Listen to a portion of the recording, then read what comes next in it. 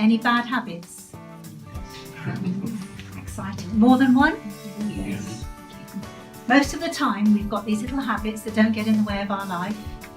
Sometimes they do, and they become very much like an addiction.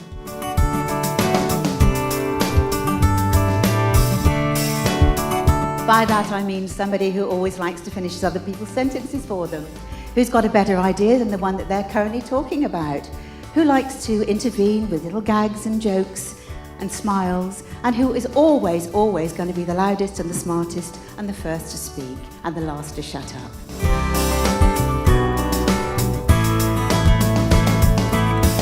But I did manage to change the way I worked. And now the benefits to all that I work with are to be seen, particularly the leaders I work with. If any of you here are leaders, how many leaders think they know the best answer? How many leaders give space for thinking? How many leaders make sure that everyone in the room can have a turn to say what they think? I help people to stop interrupting. I help people to have better, faster meetings because they go faster, because people take turns and they're respectful.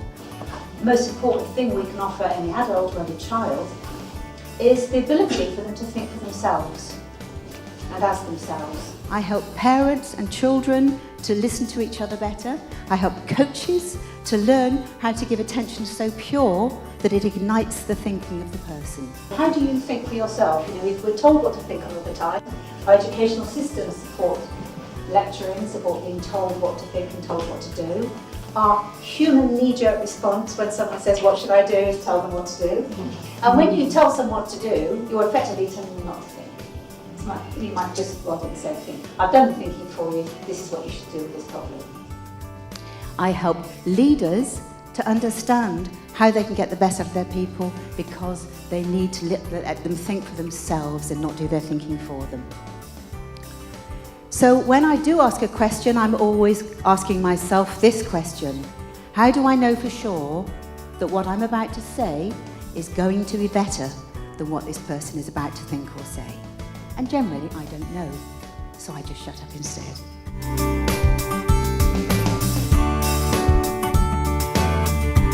You're not worried about rehearsing your answer because you're giving so much attention to the person who's speaking that you're fascinated in what they're going to say. You're not thinking about what you're going to say when it's your turn. And when you give people attention, just like you're giving me now, you probably don't realise you are helping me to think.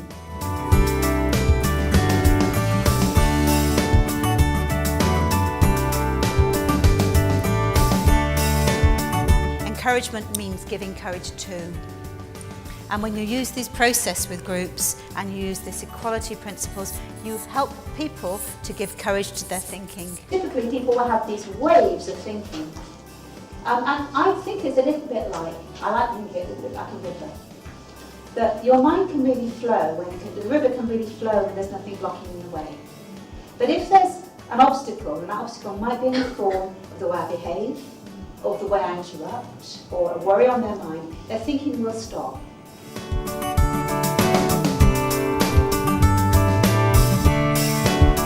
The attention we give in the thinking environment is so pure, so uninterrupted, so genuine, that it seems to generate new ideas that the thinker didn't even know were going to happen. Sometimes the most surprising ideas happen, and from the people who would normally have the least voice. And you often hear people say, like, I never knew that that person could think so well or had so many great ideas. Maybe we never gave them the chance. And this is about making sure that you create conditions in which the best ideas get born, not just my idea or your idea, the best ideas. The moment that any one of you frowns or sneers, it's going to kill my idea. And yet we do it all the time in meetings. They do say that an idea is a very delicate thing. It can be killed by a frown on the right man's face. So you can create an environment that ignites thinking or one that extinguishes it. Which would you prefer as a leader or a coach? And the research shows that it takes 18 seconds for doctors to interrupt a patient when they're talking. 77% of patients who go to a doctor don't get to say what their real symptom is or their real reason. In meetings, on average, there are interruptions every 2 minutes.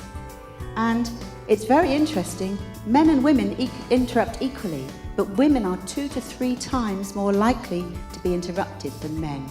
If you stop interrupting and start listening and paying attention, your relationships will improve, you'll learn more, you'll develop more trust, you'll understand a lot more what's going on, and you'll be seen as someone who's really likeable and approachable. You've been giving people trust, you've been feeding them oxytocin, they're feeding you oxytocin, they're feeding themselves oxytocin, you're reducing cholesterol, which if only, wow, that's innovation, that is innovation. That would be brilliant. Yeah.